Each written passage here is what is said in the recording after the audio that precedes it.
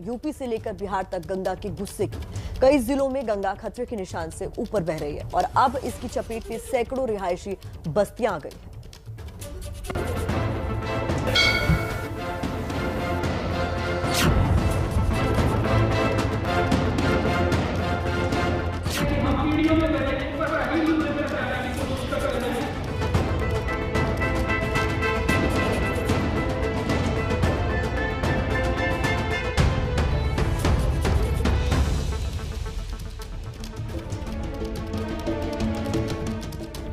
तबाही की ये तस्वीरें उस गंगा की देन है जिसे जीवनदायिनी का दर्जा हासिल है, लेकिन अब उसी गंगा का जल जान पर भारी पड़ने लगा है और प्रयागराज से लेकर पटना तक लोग त्राहिमाम कर रहे हैं। सबसे बुरा सूरत हाल संगम नगरी प्रयागराज का है। इस वक्त हम मौजूद हैं प्रयागराज के दारागंज इलाके में और ये जो रास्ता आप देख रहे हैं ये रास्ता सीधे संगम की तरफ जाता है। नाग वासुकी मंदिर के पीछे की तरफ का रास्ता है ये। आप देख सकते हैं सड़कों के दोनों तरफ जो खंबे लगे हुए हैं बिजली के पोल्स, उससे आपको अंदाजा लग पाएगा कि यहाँ पर सड़क हुआ करती थी, चौड़ी 4 लेन सड़क हुआ करती थी। दोनों खंभों के बीच की दूरी का अंदाजा लगा करके आप समझ सकते हैं ये एक सार्वजनिक शौचालय है। देखिए पूरी तरह से डूब चुका है, यानी कम से कम यहाँ पर 20 फीट तक पानी भरा हुआ है। प्रयागराज में आई जबरदस्त बाढ़ की वजह से करीब 1 लाख आबादी प्रभावित हुई है। 4000 से ज्यादा लोग राहत शिविरों में शरण लिए हुए हैं, लेकिन अभी कई हैं जो बाढ़ के बीच बदहाल हैं। तमाम रिहायशी इलाकों में पानी भर गया है। ये इलाके जलमग्न हो गए हैं, जो इलाके हैं वो टापू में तब्दील हो गए हैं। जो एक मकान है, इस वक्त हम मौजूद हैं प्रयागराज के एलनगंज इलाके में, जहां आप देख सकते हैं कि पूरी गली जो है वो जलमग्न है। सैकड़ों मकान डूबे हुए हैं, 1 मंजिल तक जो है वो पानी भर गया है। भैया बताइए क्यों आप इस मकान में रह रहे हैं? क्या करें, कोई वो नहीं है, चोरी होने के डर है, अब आने जाने का कोई सुविधा नहीं है। क्यों आप लोग यहाँ पर हैं, किसी सुरक्षित जगह पर क्यों नहीं जा रहे हैं? भैया अपना सामान छोड़ के चले जाए, चोरी हो जाएगा सब यहाँ। क्या करें, सामान छोड़ चले जाए, गृहस्थी छोड़ चोरी हो जाएगा।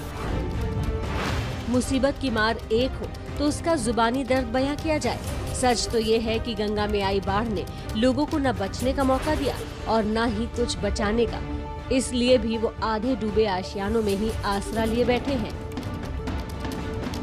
ये हालात है, देखिए इस मकान का पूरा लगभग 1 फ्लोर डूबा हुआ है और ऐसे में जो लोग यहाँ रहते हैं वो कैदी बन करके रह रहे हैं और ऊपर देख सकते हैं बुजुर्गवार भी हैं और ये परिस्थितियाँ है। देखिए सांप सामने की ओर से गुजर रहा, मैं कैमरामैन फैसल से कहूँगा दिखाएं कि देखिए पानी का सांप भी जा रहा है किनारे किनारे और ये जलीय जीव भी है जो लोगों के घरों तक आ चुके हैं। तो ऐसे में कहीं ना कहीं परेशानी का सामना करना पड़ रहा है। कुछ लोग ऊपर से आए जी,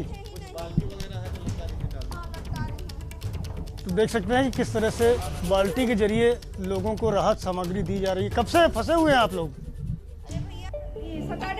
सैटरडे से। तो क्यों नहीं निकल रहे हैं यहाँ से? आपके घर में पानी है? यहाँ मेरे बूढ़े सास ससुर हम कहाँ लेके जाएंगे? अब फिर किराए पे घर मिल रहा है इतना जल्दी, कहाँ जाऊंगी? ये तस्वीरें वाराणसी के मयूरगंज नगर की हैं, जहां रेस्क्यू टीम ने अब तक 300 के करीब लोगों को सुरक्षित ठिकानों तक पहुंचाया है, लेकिन 150 के करीब परिवार अब भी बाढ़ के बीच फंसे हैं।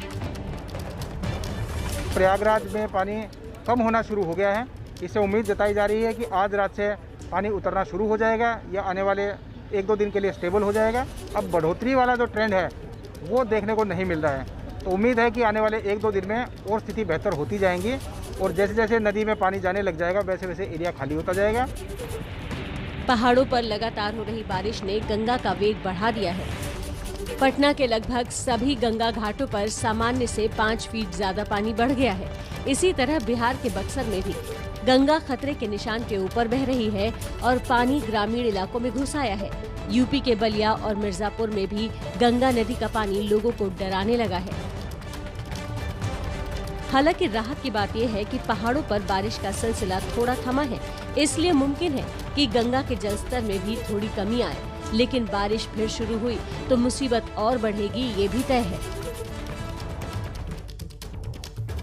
और देखिए इस वक्त गंगा के बाढ़ से ही जुड़ी लेटेस्ट खबर भी आ रही है। आपको बता दें प्रयागराज में गंगा और यमुना दोनों नदियां खतरे के निशान से तकरीबन 1.25 मीटर ऊपर बह रही है। गंगा का जलस्तर आज भी 4 सेंटीमीटर और यमुना 1 सेंटीमीटर प्रति घंटे की रफ्तार से बढ़ रही है। ऐसे में हालात बेहद खराब।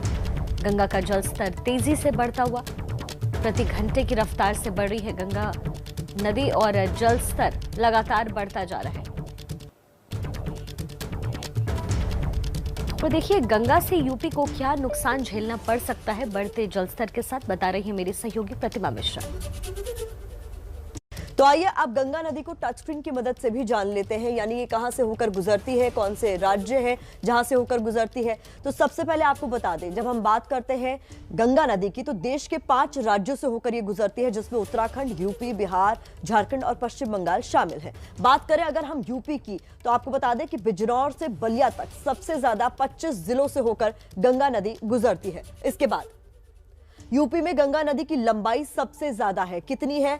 1450 किलोमीटर लंबाई है गंगा नदी की और हर साल करीब 27 लाख हेक्टेयर जमीन इसकी वजह से प्रभावित होती है। कब? जब गंगा नदी रौद्र रूप में होती है तो इतनी जमीन जो है प्रभावित होती है और उसकी वजह से नुकसान कितना होता है? हर साल 432 करोड़ रुपए का नुकसान होता है। गंगा को हमने हमेशा इसी स्वरूप में जाना, देखा और माना। कोई गंगा को जीवनदायिनी कहता है तो कोई इसे मां का दर्जा देता है, लेकिन पूरे साल शांत रहने वाली गंगा नदी जब बारिश होती है तो इन दिनों में अपने रौद्र रूप में आ जाती है।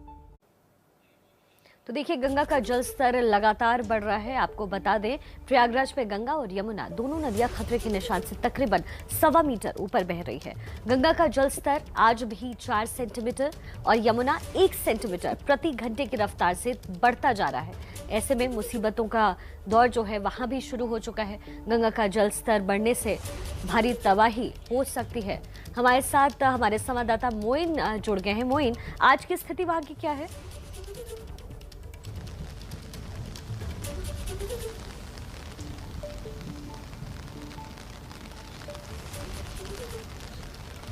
मोइन, क्या आप तक मेरी आवाज पहुंच रही है?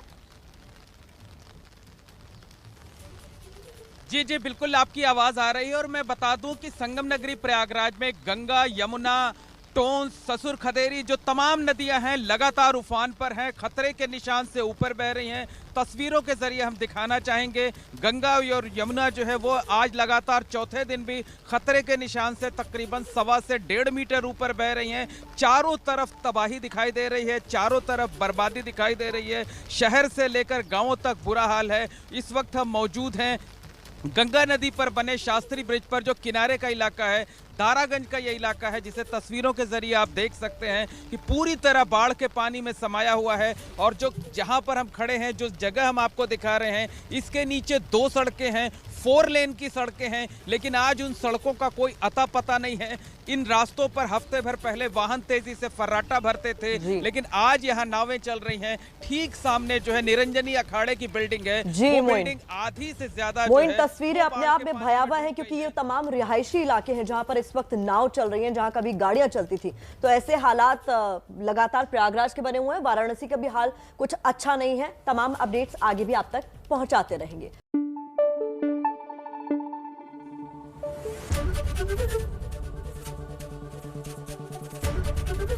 एबीपी न्यूज आपको रखे आगे।